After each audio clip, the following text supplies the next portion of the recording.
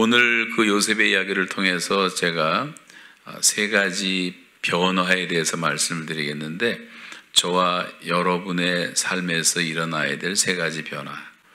오늘 본문 말씀은 창세기 45장 1절로 11절입니다. 자, 요셉의 가정을 통해서 우리가 생각해야 될 첫 번째 변화는 저와 여러분의 마음속에, 생각 속에 의식이 바뀌어야 돼요. 의식이. 요셉이 지금 형님들, 제가 당신들의 아우 요셉입니다 그러잖아요. 자기를 죽이려고 했던 형님들 앞에서 첫 번째 한 말이, 형님들, 저는 아우입니다. 그렇게 혈연의식, 혈육의식, 권력의식을 잃지 않았다는 말이에요. 거기서부터 화해는 시작된 것입니다.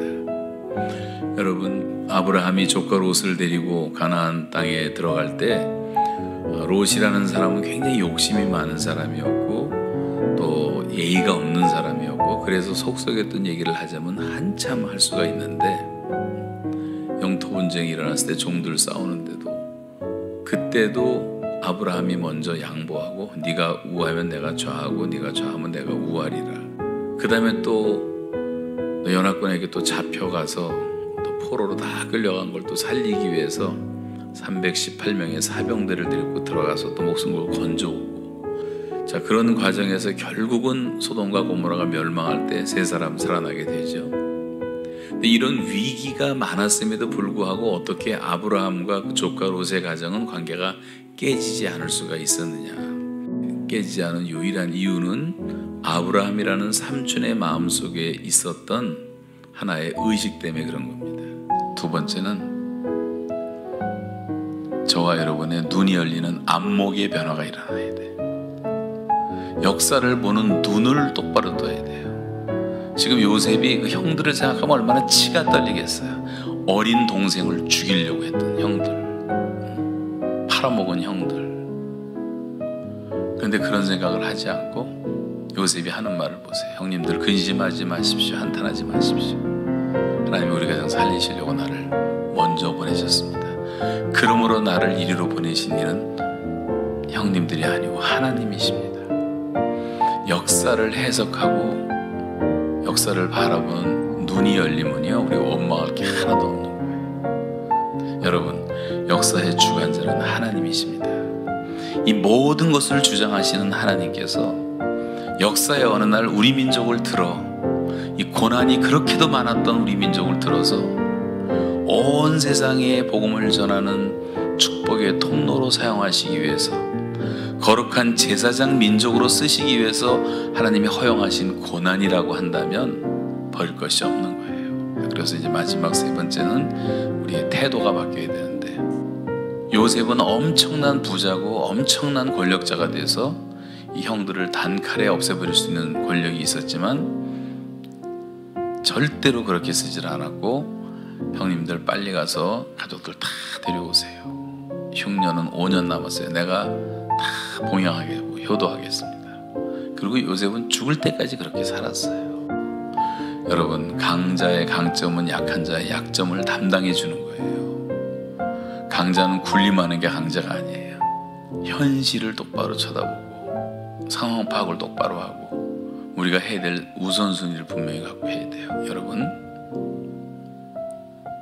그렇게 요셉처럼 우리가 지금 가진 자니까 상대적 박탈감, 상대적 빈곤감이죠. 여러분, 굉장히 다 강자들이에요. 강자는 약자를 도와야 되는 거예요. 하나님은 전능하신 하나님이신데 인간의 몸을 입고 종의 형체를 갖고 우리를 섬기기 위해서 오셨잖아요.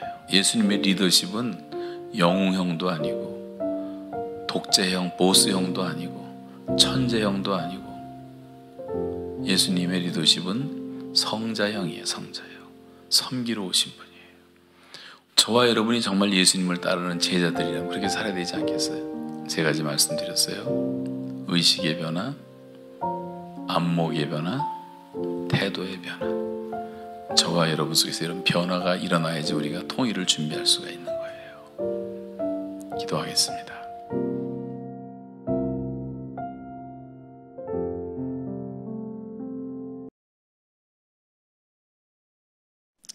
지금 코로나 이후로 하나님께서 한국교회를 다시 한번 불러주신다고 저는 믿습니다. 그러기 위해서는 결국 이 코로나 이후에 한국교회가 마지막 감당해야 될 사명은 결국 우리의 청년들과 아이들이 감당해야 되는 거예요. 그러니까 이 교회를 떠났던 청년들이 돌아오고 또 잃어버렸던 아이들을 다시 찾는 은혜가 우리에게 다시 있어야 됩니다. 그러면 우리 한국교회가 다시 베델로 돌아가는 것처럼 하나님 앞에 다시 움직여야 돼요. 하나님이 우리 한국교회를 어떻게 불렀는지를 다시 상기시켜야 됩니다. 여러분, 우리 대한민국이 잘 아시잖아요. 전쟁 이후에 우리나라 이민족은 뭐 소망 없는 민족이었습니다. 뭐 경제 개발, 뭐 경제 성장, 이거는 뭐 그러잖아요. 한국 경제가 성장한 거를 논문으로 쓰면 노벨상감입니다. 이거 논문으로 쓸 수가 없어요. 왜? 논문이라는 게 논리적으로 딱딱딱 떨어지는데 한국 경제가 개발되는 건요, 논리적으로 설명이 안 됩니다. 또 우리 또 한국 사람들 특징이 또 약간 논리적으로 설명 안 되는 것도 있어요. 그렇죠? 우리는 하면 되는 거거든요. 일단 우리는 뭔가 막 떨어지면 뛰잖아요. 막 뛰면서 얘기해요. 어떡하지? 뛰어. 막 하는 거예요. 일단 그리고 뛰다가 벽이 나왔어. 어떻게? 넘는 거야. 이렇게. 어떻게 넘어? 넘는 거야. 그리고 넘었어. 보니까 또 넘어 있어. 그래서 사람들이 막 물어봐요. 서구적인 사람들은 막 체계적인 어떻게 넘었냐? 그럼 또 우리 다 뭐라 그래요? 넘었어. 그리고 또 막 이렇게. 그러니까 이 대한민국이 성장했던, 또 한국교회가 성장했던 이 역사는 사실 일반 학문으로는 설명이 안 됩니다. 왜냐하면 일반 학문이 건드리지 않는 영역에서 일어나는 거거든요. 영적인 영역. 하나님이 하신 거예요. 그런 하나님이 이 조그만 민족을 부르셔서 이렇게 세상 교회, 이 세계 교회가 이해할 수 없는 엄청난 이 은혜를 주신 이유는 머물르라는 게 아니거든요. 세겜에 있으라는 게 아닙니다. 물론 우리가 우리의 지금 이 민족과 계속해서 섬기며 나가지면 이제 우리 어제 목사님 말씀하신 것처럼 하나님이 때가 되면 주시겠죠. 통일을 주실 겁니다. 그날은 도적같이 온다 하는 것처럼 통일도 어제 목사님 말씀은 그냥 훅 하고 올 거예요. 그렇죠? 훅 하고 옵니다. 그게 뭐 당장 내년이 될 수도 있고 내일이 될 수도 있고 10년 후가 될 수도 있고 아무도 알 수 없지만 오긴 올 거라고요. 그러면 오는 순간 뭐가 시작되는 거예요? 이제는 한국교회가, 이제는 이쪽 한국교회가 아니죠. 한국교회가 마지막 그 부르심을 향해 일어나야 되는데, 하나님의 한국교회를 향한 그 부르심의 끝이 결국 뭐겠어요? 모든 세계교회 부르심은 똑같거든요. 계시록 22장을 향해 가는 겁니다. 아멘 주 예수에 속히 오시옵소서. 주님의 재림을 예비하는 그 위대한 사명까지 다시 일어나야 되는 거예요. 그것을 감당할 수 있는, 그것을 이끌어갈 수 있는 거룩한 세대가 우리 가운데 필요한 겁니다. 그 코로나19로 홀로 예배하는 그 하나님 훈련을 시키신 건 있지만, 어찌됐든 교회의 힘은 모일 때 있는 거잖아요. 모여서 함께 나갈 때 이기는 거거든요. 두세 사람이 묶어야 묶이는 거예요. 혼자 아무리 묶인다고 안 묶입니다. 영적인 원리는 두세 사람이 모여서 묶어야 묶이는 거예요. 근데 이 시대의 청년들과 다음 세대를 가만히 보면 영적 전쟁인데, 이 전쟁의 판도를 보세요. 세상은 연대했습니다. 뭐가 있냐면요, 정치, 경제, 사회, 문화 모든 영역이 뭐가 있냐면요, 동일하게 생각하는 시대 정신이라는 게 있어요. 뭐 예를 들면서 뭐 요즘 뭐 공평, 뭐 정의, 그리고 뭐 인권, 뭐 이런 거 있잖아요. 시대 정의, 어떤 시대 정신. 그러니까 세상은 이 거대한 시대 정신의 파도가 우리 아이들에게로, 젊은이에게 막 몰려오는 거거든요.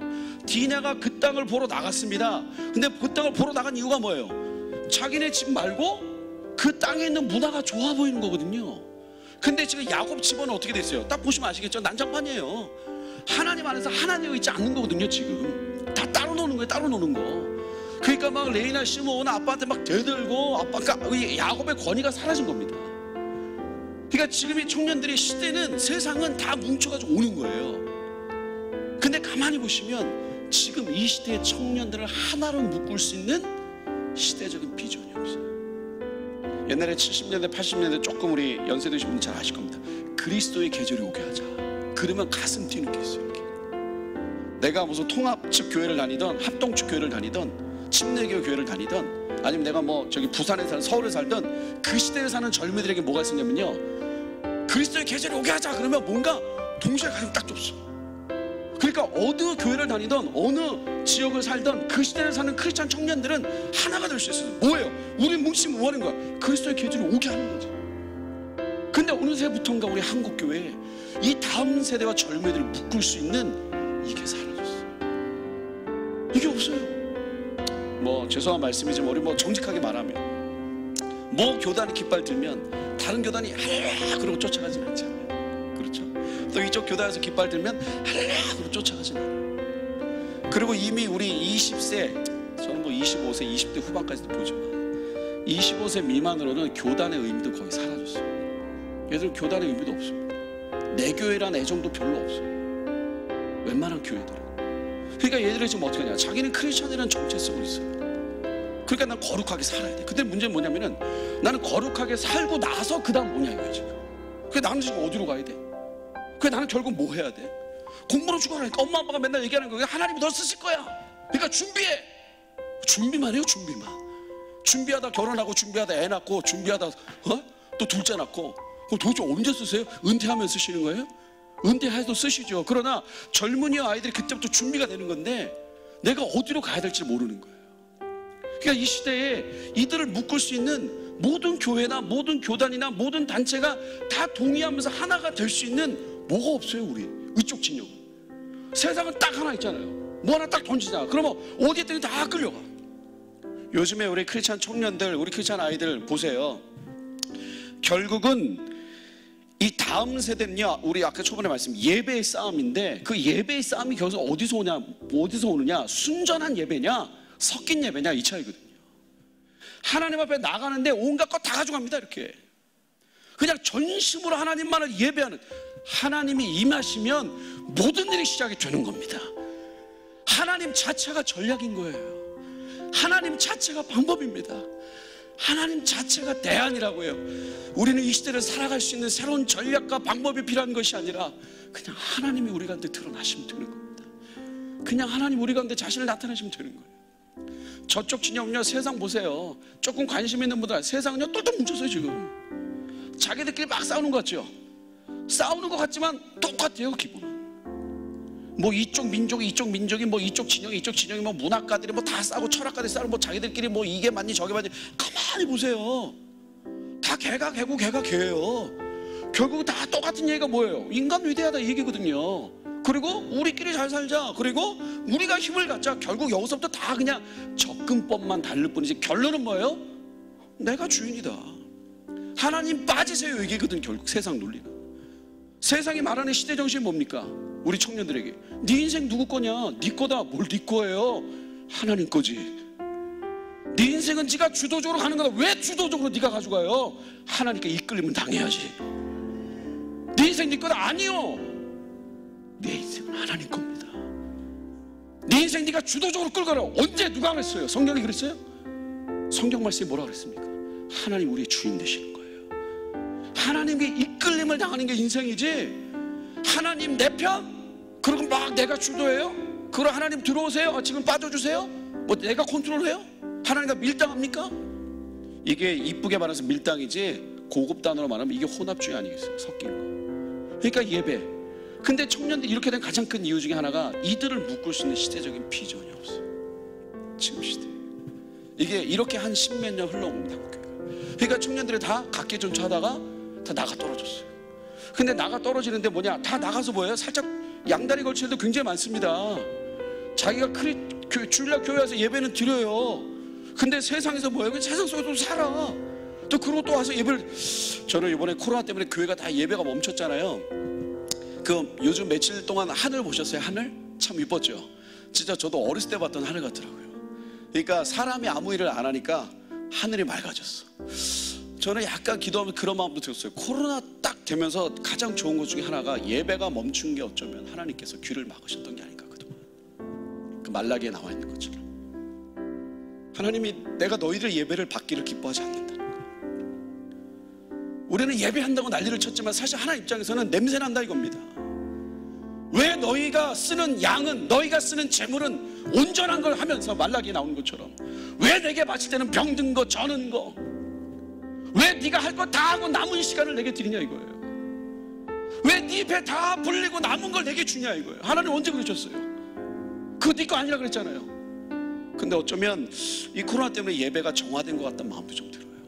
정말 온갖 이 복잡하고 난잡했던 예배의 소리들이 어떻게 보면 예배인지 부닥거린지 헷갈렸던 것들 다 정리되고 어쩌면 이제 다 이게 우리 어떻게 보면 다 이렇게 무너진 거거든요. 여기서 다시 한번 우리가 온전한 예배를 다시 쌓아야 되는, 은혜를 구해야 되는 줄 믿습니다.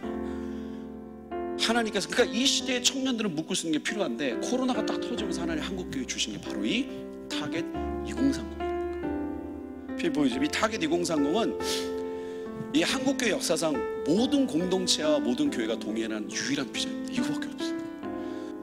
타겟 2030. 우리도 2030년까지 끝내자.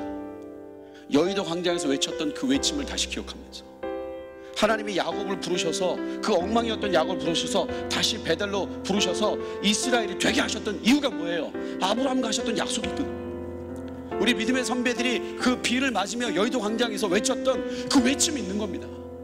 우리는 잊어버렸어도 하나님 잊지 아니하시거든요. 내가 너를 통해 하고자 하는 그 일을 이룰 때까지 내가 너를 떠나지 않을 것이다. 하나님은 한국교회를 떠나지 않았습니다. 한국교회를 통해 하고자 하는 그 일을 이루기까지 떠나시지 않을 거예요. 그래서 저희가 타깃 2030 크게 각오 2030년 끝내보자. 그리고 전략은 간단해요. 20, 30대 보내자. 그리고 목표는 20% 보내자. 그 중에 간단하게 갑니다. 그래서 넘기시고, 이 타겟 2030이라는 이 무브먼트로 이 시대의 청년과 다음 세대 한번 담아보자 라는 마음으로 저희가 어젯밤 항해를 시작한 거예요. 넘기시고, 근데 하나님께서 저에게 주셨던 마음은 이제 함대입니다. 네트워킹이 아니라 함대다, 함대. 우리 제자강성교회처럼 큰 배, 큰 교회. 또 어떤 교회는 뭐 조그만 교회 있잖아요. 9명보트 많은 교회, 9명보트. 또 어떤 교회는 뭐 구축함, 소형함. 근데 각자 있는 자리에서 각자 역할을 하는 거예요. 각자 할 수 있는 걸 다 하는 겁니다. 그런데 방향은 다 정렬하자 이거예요. 어디로요? 타겟 2030. 2030년까지 끝내자는 이 물음에, 이 분위기에, 이 물결에 같이 동참하자. 저는 이 타겟 2030이 하나님께서 우리 한국교회에게 주신 마지막 기회가 아닐까라는 생각이 좀 듭니다. 그래서 어제부터 첫 항해가 시작되는 겁니다. 그래서 저희는 이 바다로 지금 나왔어요. 그래서 어떻게 될지 사실 몰라요. 그러나 딱 하나입니다. 어찌됐든 이 시대 어느 교회든 어느 지역에 있던 다음 세대와 우리 청년들은 이 시대가 말하는 하나님의 비전으로 묶어보자 이거예요. 이 타겟 2030이 좋은 게요, 주인이 없어요. 주인이. 이거 어느 교단의 것도 아닙니다. 저희 것도 아니에요. 저희 것도 아니고, 이거 외치는데도 지금 막 여기저기 조금씩 일어납니다. 어째 다 외치자 이거예요. 어찌됐든 다양한 방법으로 하되 어찌됐든 2030을 끝내보자라는 이 각오는 같이 가자 이거예요. 그래서 하나님께서 우리 한국교회 다시 한번 우리 청년과 다음 세대 그렇게 거룩하게 일으켜줄 줄 믿습니다.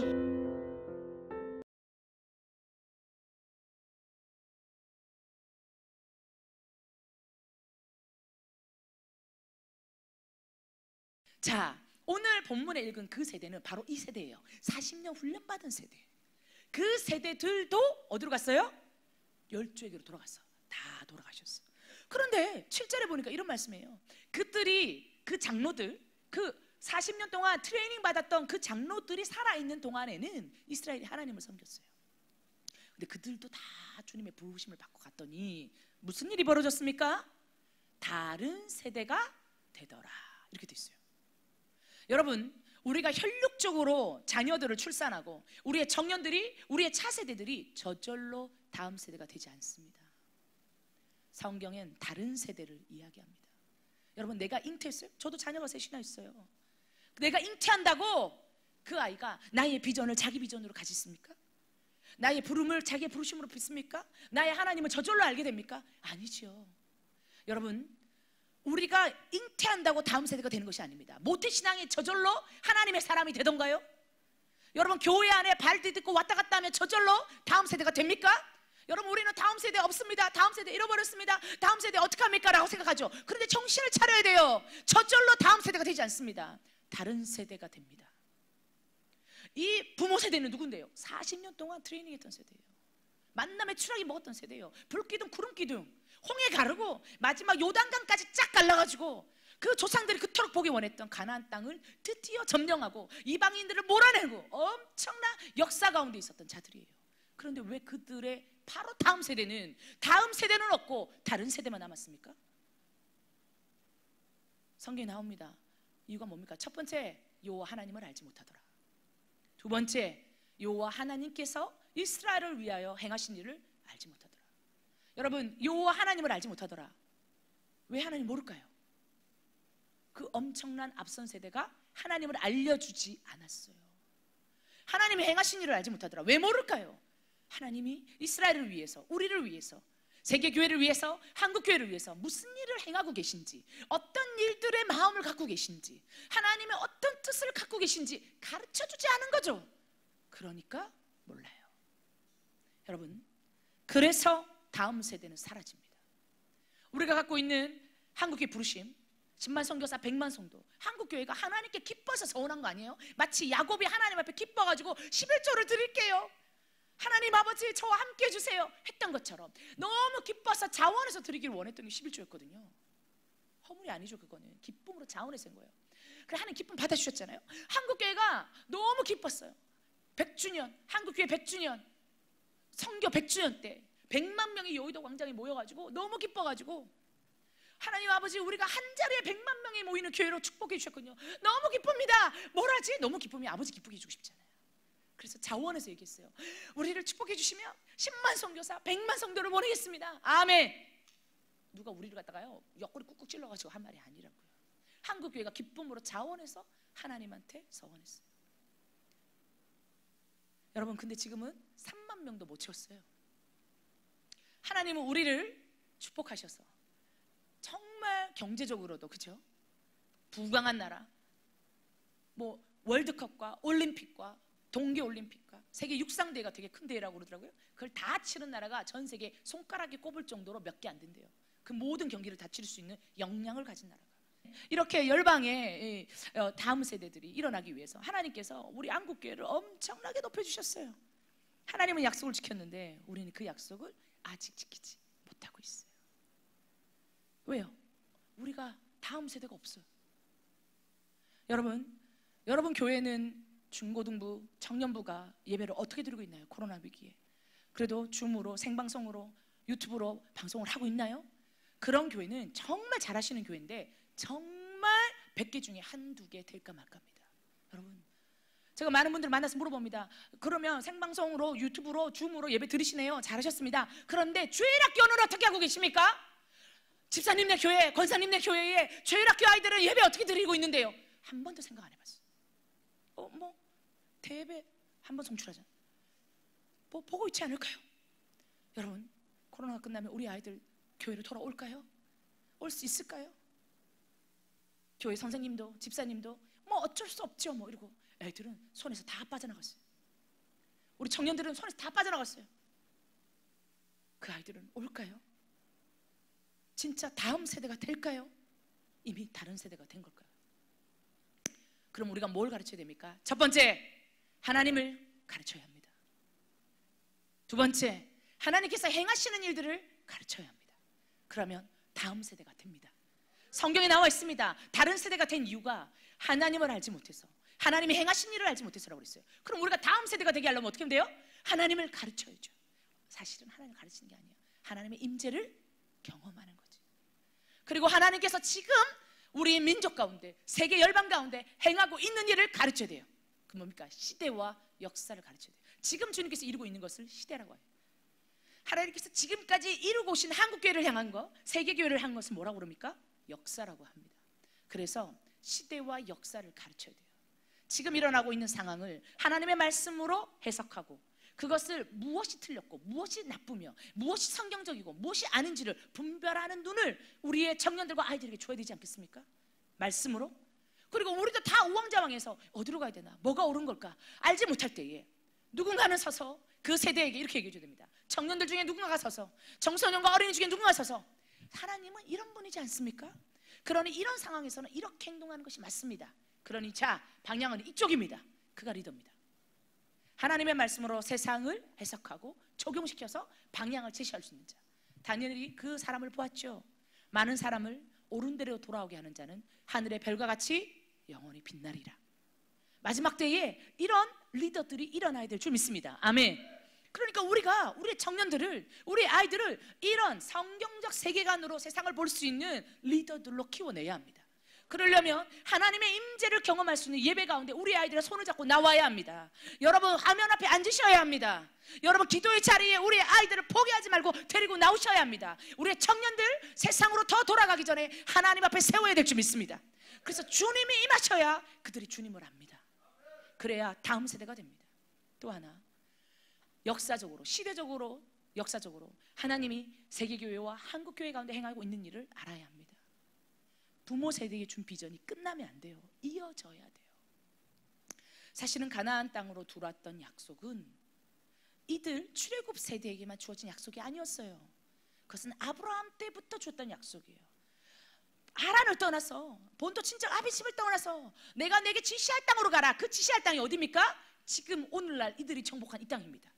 그것은 조상 대대로 내려왔던 그들을 향한 하나님의 뜻이었어요. 아브라함에게부터 줬던 약속들이 후대와 후대와 후대와 후대를 이루어서 완성되는 거예요. 그것이 이어져야 다음 세대가 됩니다. 마지막 때에 이런 리더들이 일어나야 될 줄 믿습니다. 아멘.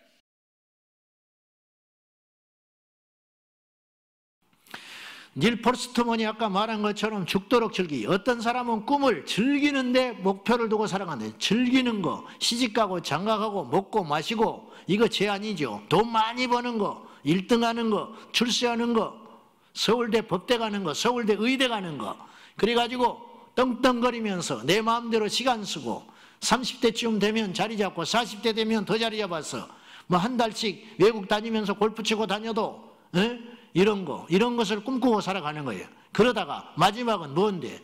더 이상 쾌락에 오를 때가 갈 데가 없으면 나중엔 어떻게 되냐 이 말이죠. 그것이 하나님께서 우리에게 요구하는 삶이겠냐 이 말이에요. 비록 너무너무 우리는 시시하게 그런 걸 가지고 살아갔어야 되겠냐 이 말이에요. 다윗이 전쟁터에 도시락 배달 나갔어요. 자기 형들이 있는데 전쟁터에 나가서 싸우지도 못할 만한 나이다 이 말이에요. 그럴 것 같으면 징집당해가지고 전쟁터에 나갔겠지요. 전쟁터에 끌려 나가지도 못할 정도의 나이였다 이 말이에요. 그래서 갑옷도 맞지 않고 칼도 들 수 없는 사람, 그래서 물맷돌 들고 나갔던 사람. 그러나 이 소년 다윗은 무엇이 있었느냐? 골리앗을 볼 때 안목이 달랐다 이 말이에요. 다른 병사들은, 이스라엘 병사들은 전부 숨어가지고 바위 밑에서 덜덜덜 떨고 있는데 다윗은 그것을 문제 삼지 않고 의분이 일어나가지고 어째서 저 이방인의 장수가, 저 개가 우리 하나님의 백성들을 이처럼 모독하는데 누구 하나 나서서 저 입을 봉할 자가 없냐, 싸울 자가 없냐, 이런 생각, 이 안목. 어째서 이 세상은 지금 이렇게 흘러가고 있는가? 어제 집회 갔더니 그 담임 목사님이 딸이 하나 있는데 이 딸이 고1 학생이라고 하더만. 근데 얘가 참 기특하더만. 그 목사님 말에 빌려보니까 언론에서 차별금지법이 어쩌니 제정안이 어쩌니, 그러니까 얘가 공부를 하다가 갑자기 눈을 딱 뜨더니 저거 내가 앞으로 하나님 앞에 기도하고 인물이 되어서 저런 걸 내가 막아야 되겠다고 그러더라는 거예요. 고등학교 1학년짜리가. 공부 열심히 해서 공부도 잘한대요. 공부를 잘해서 일신상에 좋은 대학 가가지고 내 꿈을 펼치고 그럭저럭 가정 이루고 세상이 어떻게 돌아가든지, 교회가 어떻게 되든지 간에, 나라가 어떻게 되든지 간에 내 재산 불리고 자식 새끼 낳고 행복하게 그것에다가 초점을 맞춘 그리스도인도 있고, 그것이 아니라 하나님의 안경으로 이 시대를 보면서 예수님의 눈으로, 예수님이 제자들에게 뭐라고 하셨느냐? 어느 날 저기를 봐라, 세상을 봐라, 휘어져 추수할 때가 됐다. 주님은 전부 거두어야 할 영적 추수로 봐했네. 제자들의 눈에는 안 보이는 거예요. 성령을 안 받아서 주님만이 보이신 거예요. 저 영혼들이 지금 추수 때가 됐다는 말은 뭐예요? 곧 있으면 이 추수 때가 지나버리면 떨어져서 썩어서 죽는 거예요. 그 때를 맞춰서 수확을 해야 되는 거예요, 농부가. 그래서 지금 밭에 누렇게 황금물결 친 저 벼를 2주 3주 게으름 피고 놔둬버리면 저것이 다 땅에 떨어져가지고 수확할 게 없는 거예요. 주님이 볼 때 저 인생들이 곧 저 인생의 마지막을 맞이하고 있다. 죽음을 향하여 지금 추수가 다 돼가지고 농부를 기다리고 있다.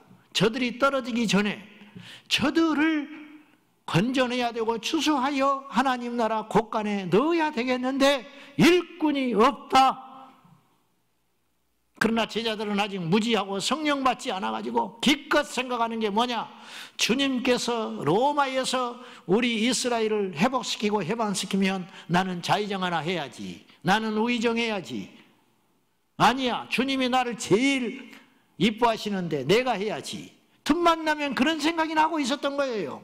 성령을 안 받으니까 하나님 나라의 비전이 눈에 와서 박히지를 않는 거예요. 어차피 한 인생 삽니다, 여러분. 우리 수명은 하나님이 정해놨어요. 오늘 또 우리가 죽을 수도 있어요. 모진 목숨 100년도 살 수 있어요. 100년을 살면 뭐하겠어? 세상에 죄짓고 살다가 온갖 악행하다가 아니면 그냥 그럭저럭 평범하게 하나님도 모른 채 즐거운 일, 허사스러운 일 쫓아다니다가 열심히 일하다가 노년에 그럭저럭 손주들 재롱이나 보고 앉아있다가 턱 죽으면 뭐 할 거예요? 지옥 가는 거. 그리고 이 땅에 아무것도 한 것이 없는데 주님 앞에 섰을 때 뭐라 할 건데? 이 땅에 우리 젊은 청년들이요, 우리가 다 왕이 될 수 없습니다. 우리가 다 부유한 자가 될 수 없습니다. 우리가 다 1등이 될 수 없습니다. 세상 말로 말하는 성공하는 반열에 들어갈 수 없습니다. 제가 누차 말하지만은 우리의 꿈은 성공이 아니고 승리인 것이에요. 승리. 우리가 다 5달란트를 받지를 못해요. 어떤 사람은 1달란트밖에 받은 자가 없어요. 길을 써도 안 돼요. 내가 받은 이 1달란트는 2달란트가 되질 않아요. 이미 5달란트를 지고 시작한 사람을 못 따라가는 거예요. 아무리 몸부림을 쳐도. 그러나 1달란트 받은 자가 책망받았던 이유는 주인의 뜻을 몰랐기 때문에 책망받은 거예요. 가정을 해보면 1달란트 받은 자를 알지라도 그것을 숨겨두지 아니하고 1달란트를 남겼다면 절대로 책망받지 않습니다. 착하고 충성된 종이라, 너는 적게 받았는데 이렇게 작은 일에 충성을 했다. 그러니 주인의 칭찬과 주인의 상급은 똑같은 거예요. 5달란트 받은 자가 5달란트를 남기지 못하고 2달란트만 남겼다면 책망 들었을 거예요. 우리가 태어난 배경은 중요한 게 아니라니까요. 우리가 지금 속해 있는 환경이 중요한 게 아닙니다. 할렐루야! 하나님의 시야에 맞는 심장, 그 비전, 그것이 있으면 우리는 절대로 망한 자도 아니고 죽을 자도 아니고 날마다 주의 손에 붙들려 승리할 수 있는 자입니다.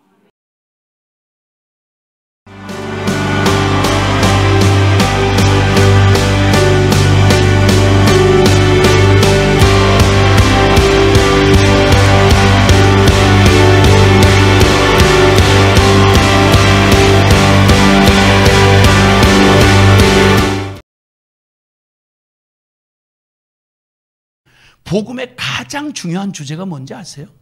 이 성경에 가장 중요한 신학적 주제, 즉 성경의 가장 중요한 주제 2가지 중에 첫 번째가 바로 너는 누구냐는 거예요. 여러분, 성경 역사 그냥 시작되자마자 가인의 자식들은 하나님 없는 인류 문명의 다 대가들이었지만 형편없는 개 같은 인생들 돼가지고 비참하게 죽어간 역사가 기록되어 있고, 그나마 아벨의 자식들도 창세기 6장을 넘기지 못해가지고 모든 인간들의 마음이 하나도 빼놓지 않고 항상 악할 뿐임을 보시고 하나님이 심판을 100년 동안 경고를 하셨는데 회개하고 방주를 타고 구원받은 놈은 노아의 한 가족 빼놓고는 한 놈도, 나이 어린 애들도 청소년도 있었을 테고 늙어 죽을 날을 받아놓은 늙은이도 있었을 텐데 한 놈도 구원을 못 받고 악을 쓰다가 마지막 심판의 저주가 내리는 그때까지 악다구니를 쓰다가 인류 전체가 멸절한 게 창세기 6장의 노아 홍수 심판이란 말이에요. 소망이 없는 거예요. 그 속에서 인간이 물으면 뭐가 되겠어요? 난 누구지? 제일 확실한 현실적인 대답은 죄인인데, 어떤 죄인지 희망이 있는 죄인인가? 죽음 앞에 나는 뭐지? 심판 앞에 운명은 결정났네. 이러면 다른 주제 다 내려놓고 어떻게 하면 이 기가 막힌 나의 죄인된 운명에서 구원받나? 내 인생의 최고의 간절한 소망이 돼야 될 거 아니야. 아멘? 그러면 결론은 내 스스로는 절대 구원할 수 없어. 왜? 무능하니까. 그럼 여러분 중에 누구도 율법 앞에 여러분 심판 피해갈 사람이 있어요, 없어요? 없어. 그러니까 로마서 3장 10절은 기록된 바 의인은 없나니 하나도 없다. 로마서 3장 23절은 모든 사람이 죄를 범하였음에 하나님의 영광에 이르지 못하더니. 아멘. 아멘. 그러면 질문이 안 올 수가 없어요. 그러면 누가 우리를 구원해 주지? 내 스스로 구원할 수 없다면 그럼 어느 종교의 구원이 있지? 어느 종교가 죽음에 대한 나를 해석해 줄 자가 누구며, 해석만이 아니라 누가 이 심판에서 나를 건져주며, 누가 나를 이 무능한 나를 하나님, 거룩하신 하나님 앞에 온전한 삶을 살도록 나를 진정으로 구원해 줄 자, 구원자 그리스도, 그가 누군가 이거예요. 그래서 성경의 두 번째 주제는, 질문은 너희는 나를 누구라 하느냐? 그리스도라고 오신 구원자란 뜻이에요. 그게 인류를 구원할 유일한 구원자이신 예수님이 바로 제자들에게 물으신 말씀이에요. 마태복음 16장 16절 이하에 너희는 나를 누구라 하느냐? 나를 구원해 주실 구원자는 누구여야 되나요? 4대 종교 중에 하나? 정신사나운 얘기하지 마세요. 그건 종교일 뿐이에요. 기독교는 종교가 아니에요, 여러분. 종교란 사전적인 의미로 말하면 영성을 가지고 있는 인간들이 어떻게든지 자기들의 필요를 채울 그 대상을 만들고, 그 가상의 대상을 만들고 자기들을 충족해 줄 어떤 신을, 가상의 신을 만들고 그 신을 자기들의 만족을 위해 그것을 섬기는 것, 그게 바로 종교성을 가지고 있는 인간들이 말하는 종교라고 하는 거예요. 근데 그런 의미에서 말하면 기독교는 절대 종교가 아니에요. 세상의 모든 종교의 공통점은 뭐냐면 사람이 자기들에게 필요한 신을 찾아가는 거예요. 오케이? 다른 모든 종교가 똑같은 공통점이 있어요. 그러나 기독교는 사람이 신을 찾아가는 게 아니라, 그건 불가능한 일이니까 하나님이 세상을 이처럼 사랑하사 독생자를 주셨으니, 그래서 하나님이 신이 우리를 찾아오신 것, 이게 바로 기독교 복음의 진리예요. 할렐루야. 그러니까 인간의 인위적인 어떤 무엇이 아니고, 내가 누군지를 우리가 어떻게 알아? 내가 나를 지은 게 아닌데 나를 지으신 이가 하나님이니까, 그분이 이 죄인으로 밖에는 설명이 안 되는 이 미궁에 빠져있는 내 인생에 대한 해답을 누가 줄 수 있냐면 엄마가 아니에요, 아빠가 아니고요, 나를 지으시니 바로 하나님만이 나를 할 수 있는 거예요. 그래서 내가 누구냐를 아는 유일한 길은 나를 지으신 하나님을 아는 길밖에 없어요. 그래서 영생은 바로 영생이 없었던 사망을 운명으로 알고 난 인생에게 주님이 영생을 주셨는데, 요한복음 17장 3절에 영생은 유일하신 참 하나님과 그의 보내신 자 독생자 예수 그리스도를 아는 것이니이다. 영생은 바로 나를 창조하신 유일하신 하나님과 나를 구원하러 보내신 예수 그리스도, 그분을 아는 게 영생이다, 이렇게 말씀해요. 우리는 교리적으로 대강은 아는 분들이에요. 하나님이 세상을 이처럼 사랑하사 나 같은 죄인 구원하려고 이 땅에 예수님을 보내셔서 십자가에서 내 죄 대신 죽으시고 사흘 만에 부활하셔서, 누구든지 그를 믿기만 하면 예수님의 죄 죽음을 내 죽음으로 받아들이고, 그리고 예수님을 나의 구주와 주님으로 받아들이면, 그러면 이제 난 용서받고 하늘나라 구원받는다, 하나님의 자녀가 된다, 이 정도 교리 지식은 다 있어요. 그렇죠? 근데 주님 묻는 거예요. 너에게 나는 누구냐고. 네가 고백하는 그 그리스도라고 하는 나 예수가 너에겐 진짜, 너에겐 누구냐고. 그때 베드로가 대답하잖아요. 성령에 사로잡혀서 대답하기를, 주는 그리스도시요 살아계신 하나님의 아들이시니이다. 아버지의 하나님 말고요, 엄마의 하나님 말고요, 너에게 나는 누구냐 이거예요. 사랑하는 아들아, 사랑하는 내 딸아, 나 예수는 너에게 누구냐고. 여러분, 언제 예수님이 여러분의 개인의 주인이 되신 적이 있으시죠?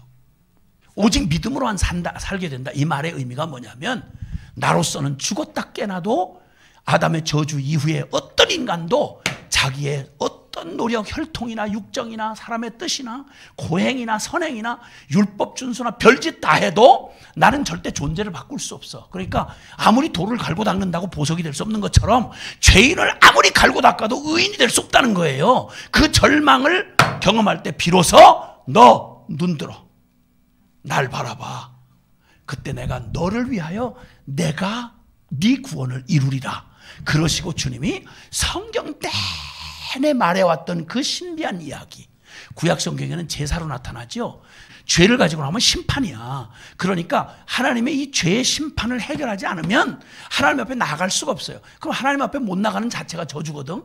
그 하나님 앞에 나가긴 나가야 되겠는데 죄인인 내가 나가면 곧바로 내가 죽어야 돼. 그래서 죽어야 될 나를 하나님이 약속해 주신 대속의 어린 양, 나를 위한 희생의 제물을 대신 내 이름과 내 자격으로 하나님의 약속을 따라 죽일 때 그때 심판이 끝나는 거예요. 내 이름과 자격으로 심판이 끝나는 거예요. 그러면 죄와 상관없이 나는 양의 생명, 그 의를 힘입어서, 보혈이라고 그러지요. 보혈. 그 보혈의 의를 힘입어서 믿음으로 내가 저 양이 죽을 때 하나님의 약속대로 양이 나 대신 죽었으니, 그 양은 예수 그리스도를 상징하잖아요.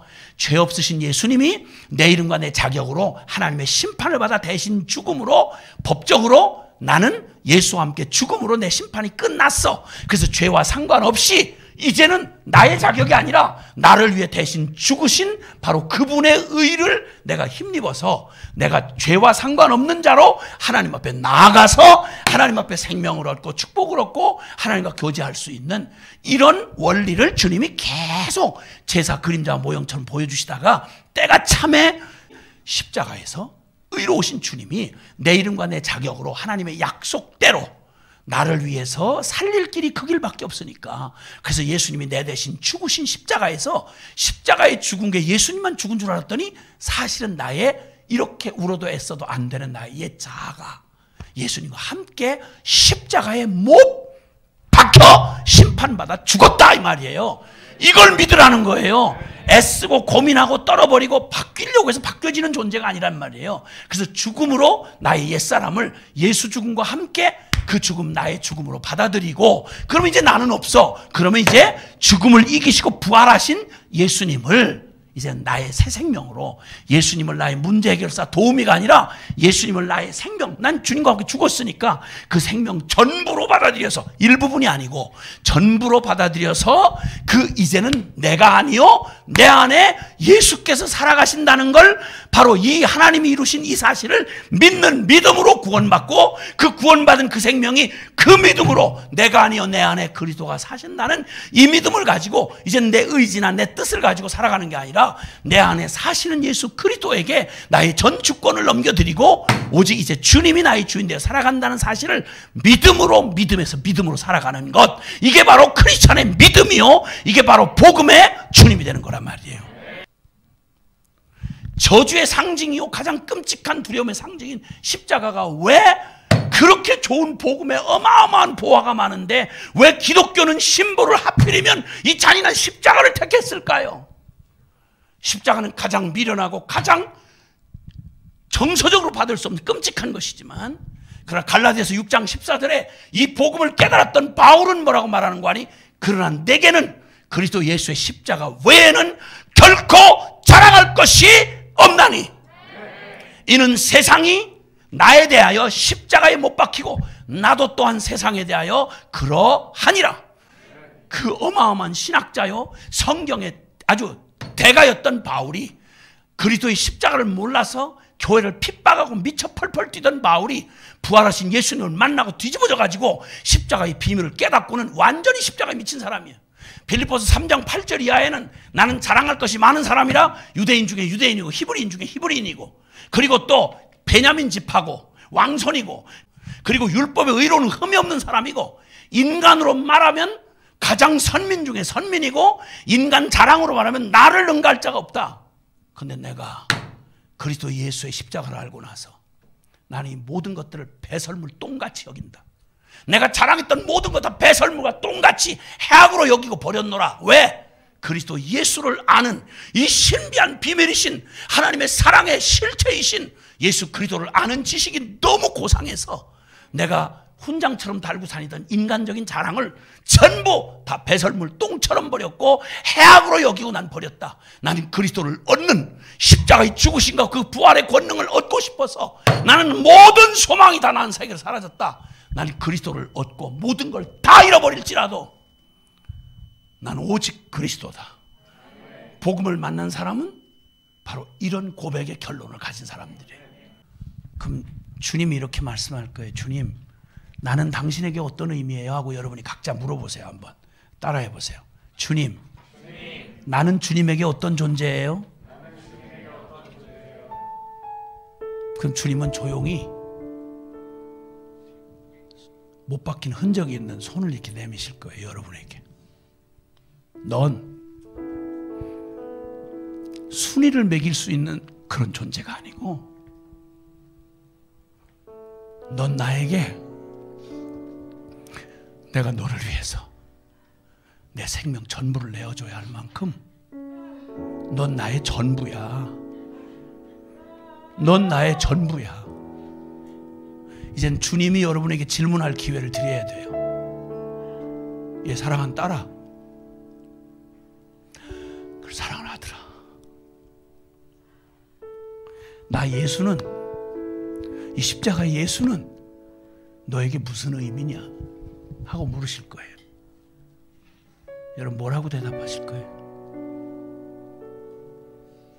예수를 믿는다는 건 그냥 뭐 믿는 집에 태어났고 성경책 끼고 다니고 예배당 좀 나왔고 예배 시간 좀 안 빠지고 뭐 헌금 좀 하고 성경 좀 공부했고 이런 거 아니에요. 이런 거 아니에요. 이런 거 아니라고요. 여러분 주님에게 여러분 그냥 말이 아니고 여러분의 존재의 고백을 하셔야 돼요. 여러분 예수님에게 물은 대답을 여러분 들으셨어요. 놀랍게도 하늘나라 가서도요, 요한계시록은 그 영광의 그 나라에서도 놀랍게 예수님을 뭐라고 소개하는지 아세요? 여러분 천국에서 예수님 만날 때 어떤 예수님을 만나면 여러분 좋겠어요? 그 영광, 원래 그 영광? 그분 하나님이세요. 그 영광스러운 실체 보고 싶으세요? 아마 감당이 안 될 거예요. 예수님의 아름다움을 표현할 걸 영원히 모자랄 거예요. 근데 최고 여러분 자신에게 가장 아름다운 예수님의 모습은 뭘까요? 그건 뭘까요? 다른 무엇보다도 내가 널 사랑해서 너와 함께 죽은 예수님 십자가의 상처를 가지고 있는, 그래서 요한고시록에서는 예수님을 얘기할 때 일찍 죽임을 당한 어린 양 이렇게 소개를 해요. 천국에서조차 십자가는 여기서만 영광이 아니에요. 하늘나라 가서도 하나님의 영원히 변치 않는, 하나님의 가장 순수한, 하나님의 가장 영원한, 가장 완벽한 사랑의 증거, 전 역사가 덤벼들어 바꿀 수 없는, 되돌릴 수 없는 가장 완전한 하나님의 사랑, 가장 영원히 기독교를 빛나게 해주는 기독교의 진리의 가장 빛난 진리가 뭔지 알아요?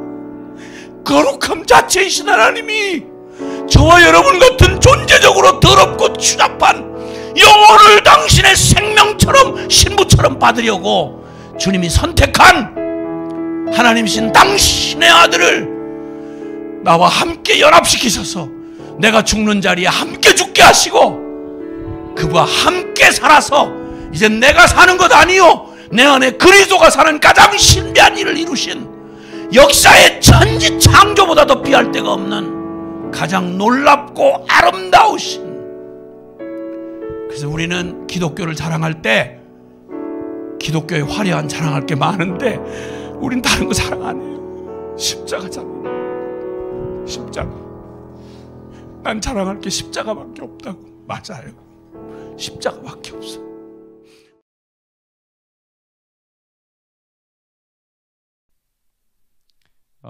여러분 하나님의 뜻이 뭐냐면 우리 데살로니가전서 5장에 보면 항상 기뻐하라, 쉬지 말고 기도하라, 범사에 감사하라.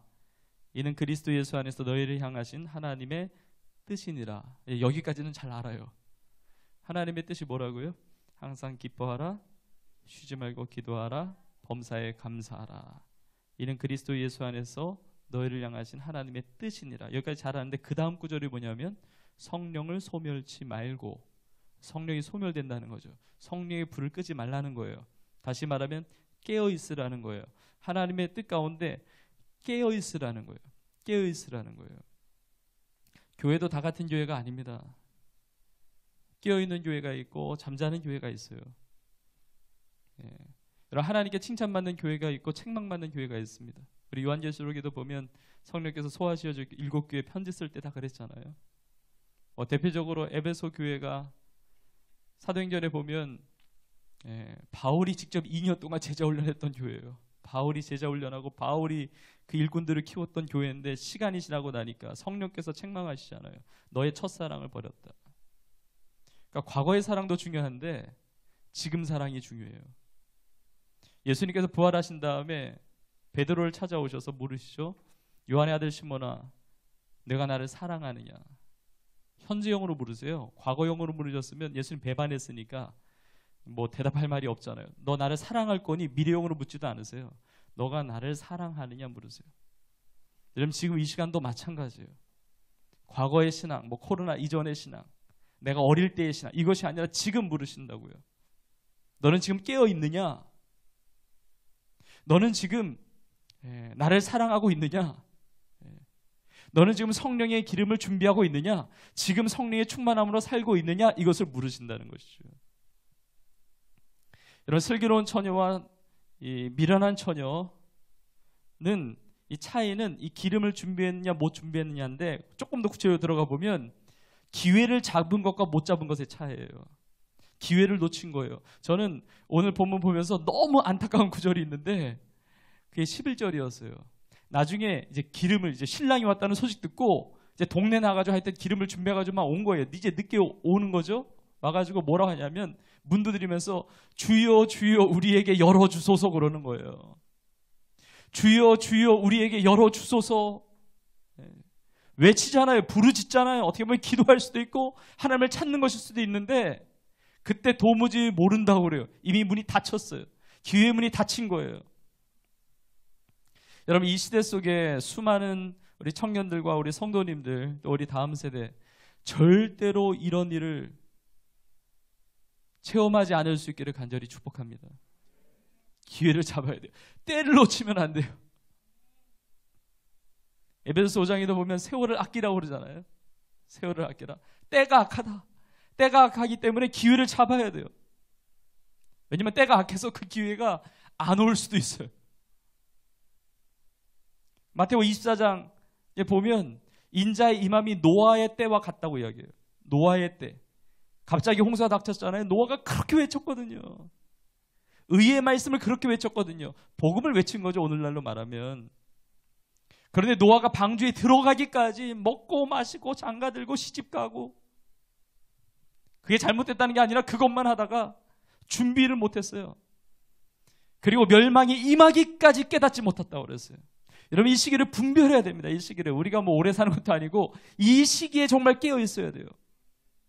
여러분, 그래서 내가 있는 자리가, 저는 저의 삶에 이제 예를 든 거지만 그게 어느 나의 삶의 그 연령대든지 상관없이, 내가 어느 고난의 환경에 있든지 상관없이 내가 있는 그 자리가 나를 보내신 선교지라는 사실을 알아야 됩니다.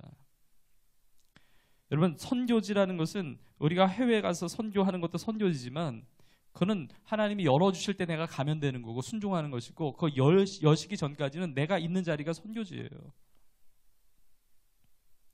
여러분, 하나님께서 우리를 이제 믿음의 사람으로 부르실 때 제일 중요한 게 떠나는 겁니다.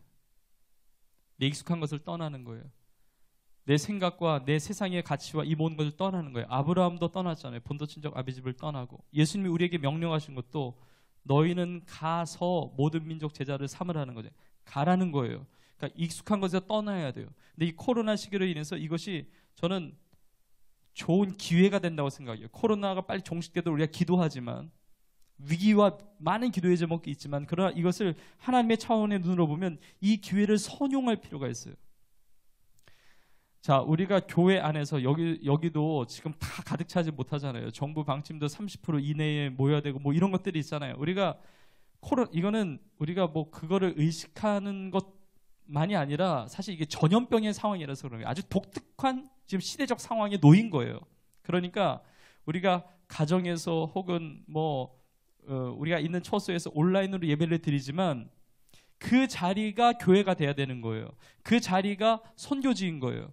교회 안에서의 울타리의 신앙으로 머물러 있는 것이 아니라 하나님께 교회 밖으로 꺼내오신 거예요. 교회 울타리. 여러분 정말 주님의 제자라는 게 뭡니까? 주님의 제자라는 것은 교회 안에서의 제자만이 아니라 세상의 빛으로 부르셨잖아요.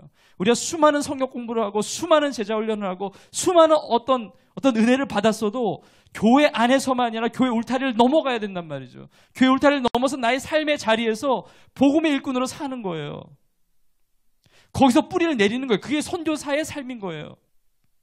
여러분, 여러분에게 있는 젊음, 여러분에게 있는 시간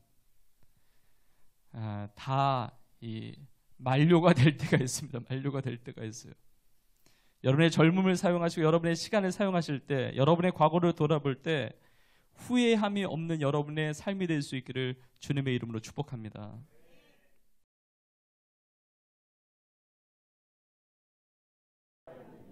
여러분, 하나님이 원하시는 성전의 재료가 뭐였죠? 너희는 산에 올라가서 나무를 가져다가 성전을 짓고 가요. 이 말은 뭐예요? 지금 너희가 가지고 있는 걸 가지고 시작하라는 거예요. 근데 싸워야 되는 거예요. 뭐와 싸워요? 이전의 영광을 본 자들이 이건 성전이 아니라고 말할 수 있는 거예요. 이전의 영광을 경험한 자들이 이건 아니라고. 그러니까 이들의 마음 가운데 어떤 마음이 드는 거예요? 아직은 때가 아닌가 봐. 아직은 때가 아닌가 봐. 여러분, 오늘 이 말씀 가운데 우리 청년들이 좀 도전하길 원합니다. 여러분, 골리앗 앞에 소년 다윗은요, 때가 아니었어요. 갑옷도 맞지 않았고요, 칼도 들 수 없었어요. 이해가 되십니까? 갑옷도 무거워서 입지도 못하고 칼도 무거워서 들지도 못했어요. 오늘 이 말씀을 다윗의 이야기로 적용한다면 다윗은 오늘 나가면 안 돼요. 비웃음거리밖에 안 돼요. 그런데 다윗이 골리앗 앞에 서서 어떤 이야기를 합니까? 만군의 주 여호와의 이름이라는 표현을 써요. 동일하게 오늘 학개서를 통해서 이야기합니다. 내가 너와 함께하노라. 내가 너와 함께하노라. 하나님이 어떤 분이십니까? 여러분에게 창조주 하나님을 기억하라 했는데 하나님이 여러분에게 어떤 분이십니까? 기억된 그 하나님과 함께 다시 시작하는 거예요. 아멘. 우리 청년들에게 좀 도전하고 싶습니다. 여러분과 누가 함께 하시죠? 모르겠습니다. 한국교회 이전의 영광은 저는 뭔지 잘 모르겠습니다. 주님이 원하시는 건 그 이전의 영광이 아니에요. 금은 보석이 아니에요. 어떤 물량이 아니에요. 지금 여러분이 가지고 있는 그 열정과 순수한 믿음을 가지고 산에 올라가서 나무를 가져다가 성전을 재건하는 거예요. 그리고 이렇게 말씀하세요. 너희 눈에 보잘것없다고 말하는 그 소리를 대적하고 저항하라는 거예요. 여러분이 작은 순종이라도, 여러분 우리가 함께 예배하고 여러분의 공동체 안에서 어떤 일을 도전할 때 이건 너무 작잖아, 이건 아무것도 아니잖아, 이런 그런 소리들을 대적하십시오. 겨자씨가 작아도요, 심겨지는 게 중요한 거예요. 심겨지면요 자라고요, 나무가 되고 새들이 깃든다고 주님 말씀하셨어요. 보잘것없다라고 이야기하는 그 소리들을 대적하고 하나님이 여러분에게 주시는 마음을 순종하라는 거예요. 스스로 굳세라는 거예요. 스스로 굳셀지어다. 여호사닥의 아들 여호수아야, 스스로 굳세게 할지어다. 여호와의 말이니라. 이 땅 모든 백성아, 스스로 굳세게 하여 일할지어다. 내가 너희와 함께하노라. 만군의 여호와의 말이니라. 너희가 애굽에서 나올 때 내가 너희와 언약한 말로 나의 영이 계속하여 너희 가운데 머물러 있나니 너희는 두려워하지 말지어다. 만군의 여호와가 이같이 말하노라. 조금 있으면 내가 하늘과 땅과 바다와 육지를 진동시킬 것이다. 갑자기 마지막 때에 대한 말씀이 나와요.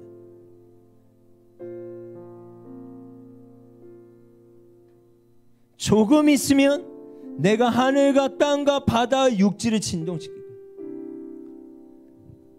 완벽한 집에 거하고 세상 일에 빠르며 아직은 때가 아니라고 이야기하지만 그렇다면 수많이 죽어가는 영혼들은 어떻게 해야 되니?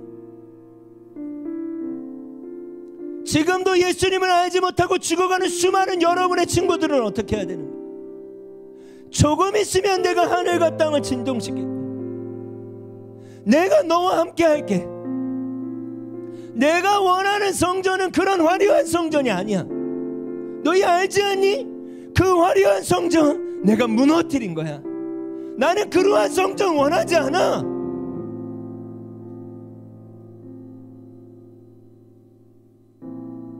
(7절을) 보면 또한 모든 나라를 진동시킬 것이며 모든 나라의 보배가 이르되 내가 이 성전의 영광이 충만하게 하리라. 만군의 여호와. 여러분 지금 이 성전의 영광을 충만하게 한대요. 이 성전은 어떤 성전일까요? 지금 지어지고 있는 성전이에요.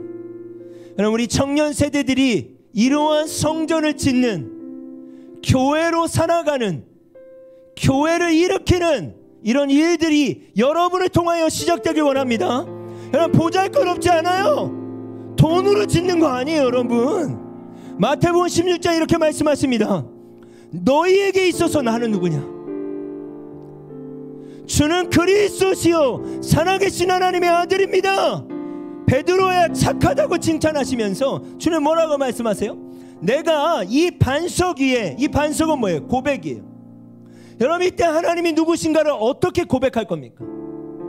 예 주님 맞습니다. 저의 성전은 황폐해요. 가진 거 없지만 내가 가진 게 있어요. 주님 이 고백 위에 주님이 함께 하신다 하셨잖아요. 이 고백 위에 내가 나의 교회를 세우리니 음부의 권세가 틈타지 못하리라. 여러분 지금 이 청년의 세대에 필요한 건 뭐예요? 여러분 안에 현존하시고 여전히 함께 하시는 하나님이 누구신가를 누가 고백할 건가?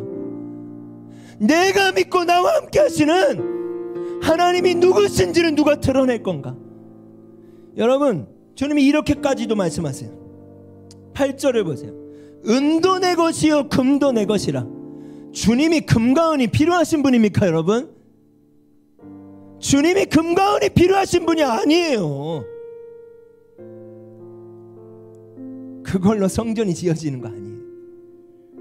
언제까지 우리가 건축할 시기가 이르지 않았다라고 이야기해야 되겠습니까? 엄청난 무엇이 아니라 금도 내 것이고 은도 내 것이래요.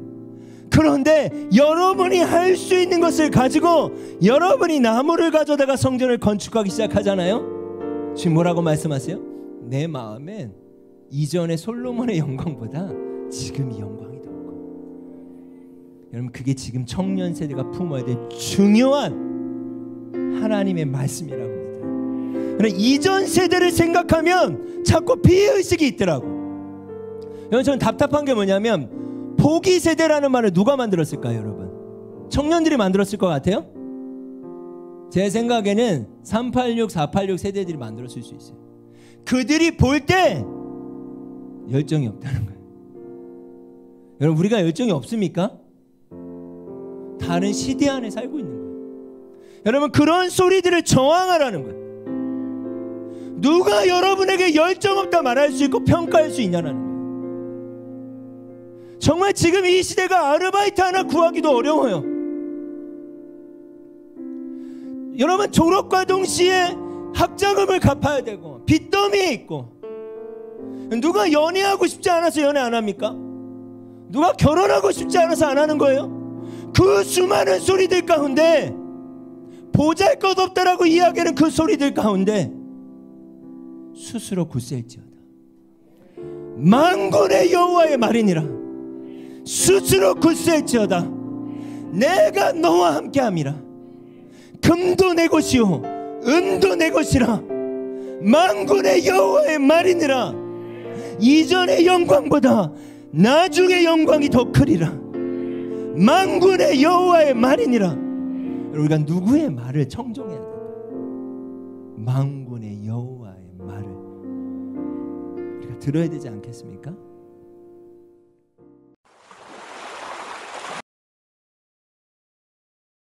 여러분 우리가 나아가야 할 때 해보지 않은 건 낯선 것을 해야 되거든요.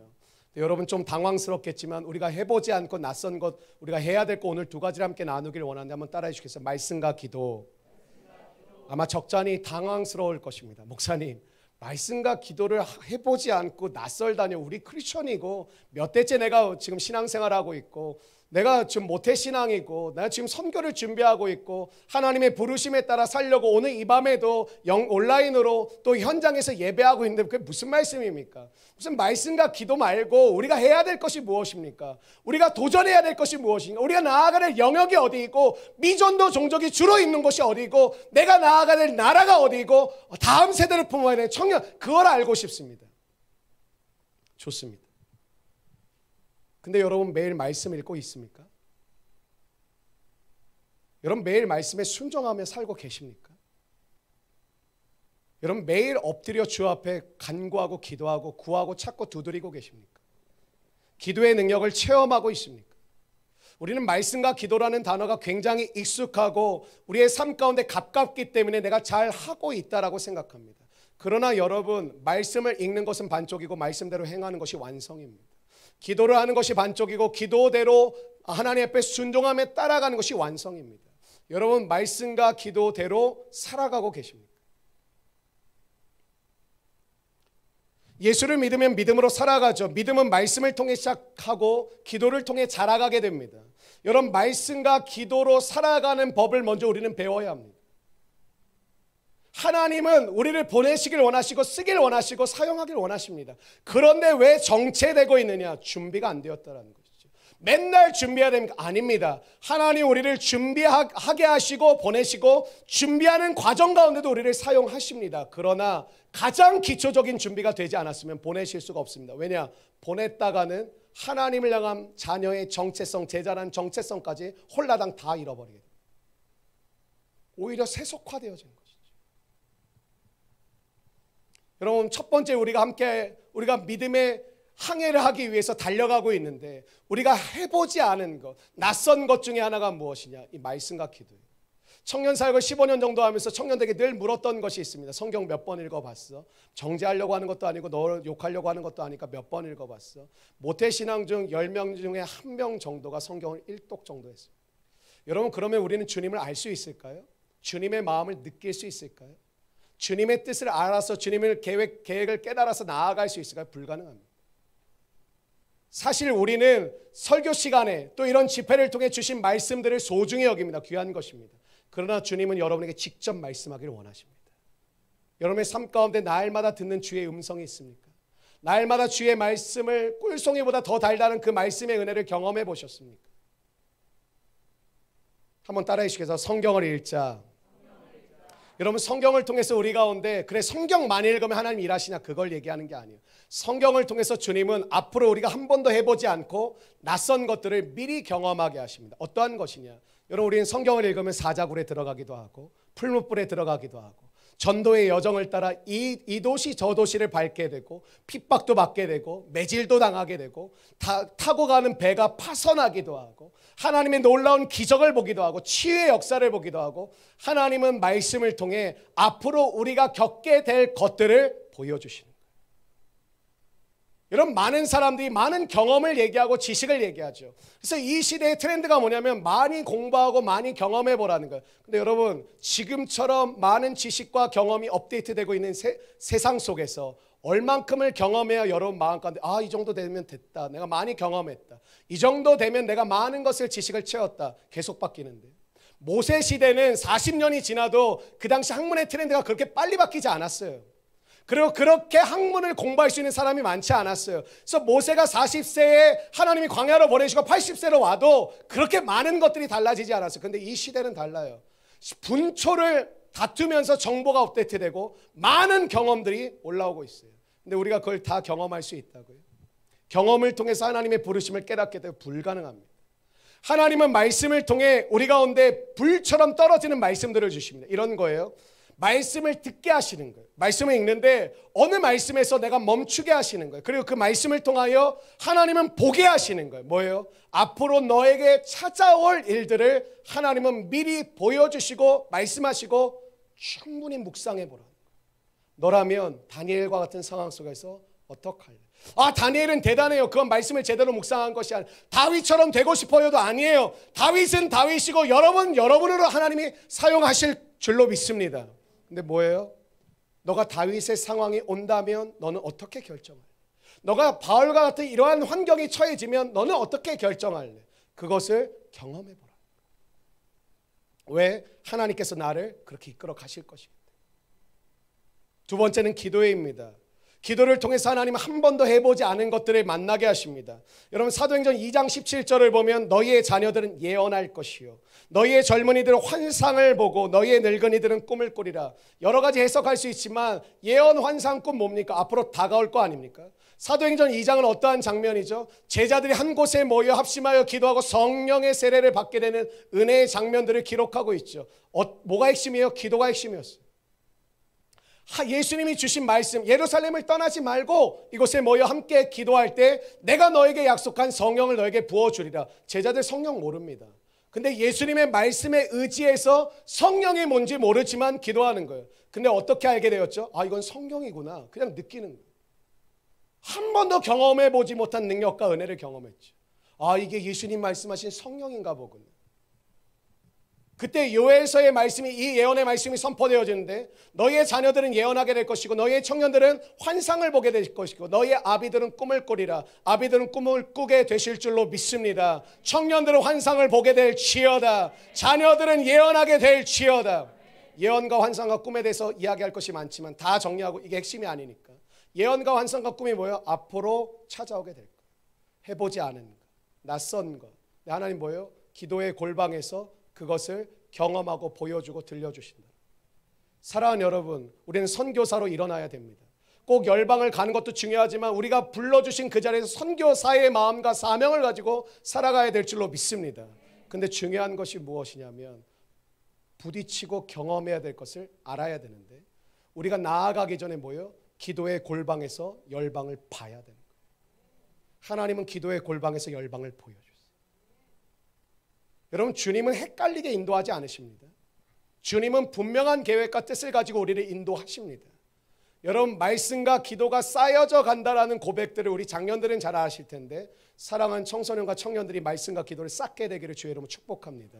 그것이 어떻게 되어지냐? 분명해지는 거예요. 처음에는 여러 가지로 보이던 것들이 말씀과 기도의 시간들을 쌓고 말씀과 기도의 중심을 쌓고 말씀과 기도의 믿음을 쌓아가기 시작할 때 여러 가지로 보이던 것이 초점이 분명해지는 거예요. 그리고 나머지는 제거되어지기 시작하는 거예요. 그리고 분명한 길을 보며 달려가게 되는 것입니다.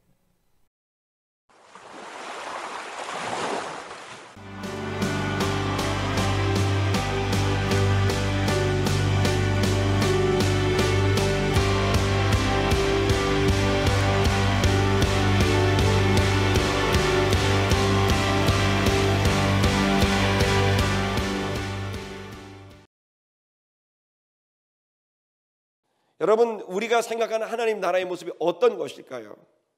자, 여러분, 이사야 61장 1절에서 3절 한 구절 좀 볼까요? 대표적인 구절입니다. 예수님이 직접 하셨던 말씀인데요. 주 여호와의 신이 내게 내리셨으니 이는 여호와께서 내게 기름을 부으사 가난한 자에게 아름다운 소식을 전하게 하려 하심이라. 나를 보내사 마음이 상한 자를 고치며 포로된 자에게 자유를, 갇힌 자에게 노임을 선포하며 여호와의 은혜의 해와 우리 하나님의 보복의 날을 선포하여 모든 슬픈 자를 위로하되 무릇 시온에서 슬퍼하는 자에게 화관을 주어 그 죄를 대신하며 기쁨의 기름으로 그 슬픔을 대신하며 찬송의 옷으로 그 근심을 대신하시고 그들이 의의 나무 곧 여호와께서 심으신 그 영광을 나타낼 자라 일컬음을 받게 하려 하심이라. 아멘. 아브라함을 통해 그 복을 얻게 되는데 그 복을 얻게 되는 것은 본질이 바로 예수 그리스도입니다. 그 예수 그리스도가 임하는 그 사람, 예수 그리스도가 임하는 그 사회, 예수 그리스도가 임한 그 시대에는 이런 일들이 벌어지게 될 것이다 라고 하는 이사야 61장에 있는 말씀들이 뒤에도 쭉 있습니다. 자, 아름다운 소식을 전파하게 해서 어떻게 됩니까?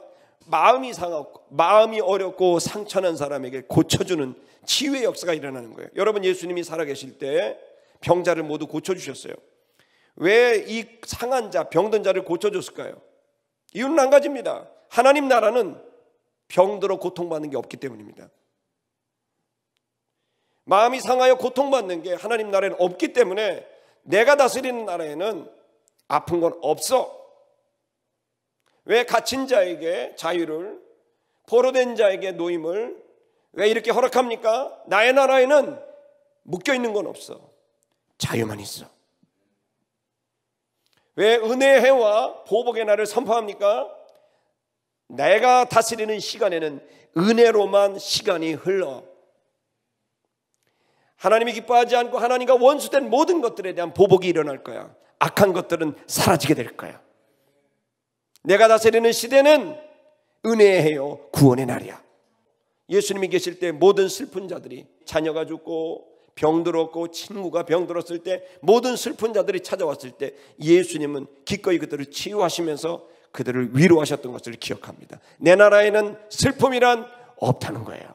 주님이 다스리는 그 나라, 그러니까 나라라는 말이 바실레이아입니다. 헬라말로 바실레이아. 바실레이아는요, 바실리오, 그래서 다스린다, 왕이 다스린다는 거예요. 여러분 죄송하지만 그 나라는 주님이 다스리는 나라입니다. 하나님의 나라란 뜻은 하나님이 다스리는 나라라는 뜻입니다.